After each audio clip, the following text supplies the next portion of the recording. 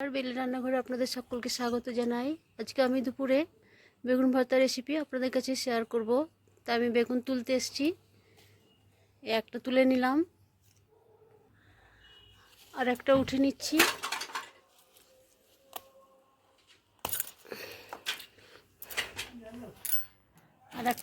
আর একটা তুলছি, তিনটে বেগুন তুলে নিলাম।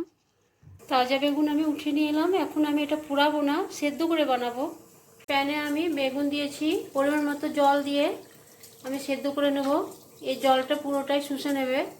আর দিচ্ছি কিছু রসুনের কোয়া, দুটো কাঁচা লঙ্কা, একটু লবণ দিচ্ছি, তাড়াতাড়ি সেদ্ধ হয়ে যাবে।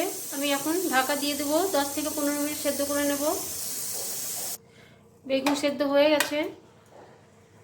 ভর্তার জন্য আমি দুটো শুকনো লঙ্কা ভেজে নিচ্ছি, উঠিয়ে নেব। এবার এই তেলে একটু জিরে দিচ্ছি, একটু পেঁয়াজ কুচি, টমেটো কুচি দেবো। পেঁয়াজ টমেটো আমি ভেজে নিচ্ছি। বেগুনের বোটাগুলো ছাড়িয়ে ভালো করে মেখে নেব। সেদ্ধ রসুন, কাঁচা লঙ্কা, শুকনো লঙ্কা আমি সব এখন মেখে নিয়ে তেলের উপরে দিয়ে দেব। বেগুন সেদ্ধর সময় লবণ দিয়েছি, এখন একটু লবণ দিচ্ছি। বেগুন দিচ্ছি, এখন 2 থেকে 3 মিনিট আমি নাড়াচাড়া করে নেব। বেগুন ভর্তা রেডি হয়ে গেছে। উপর থেকে আমি একটু কড়াইশুঁটি দিচ্ছি। ভাত, রুটি, পরোটা সব কিছুর সঙ্গে খেতে পারবেন, অবশ্যই ট্রাই করবেন। গরম গরম বেগুন ভর্তা।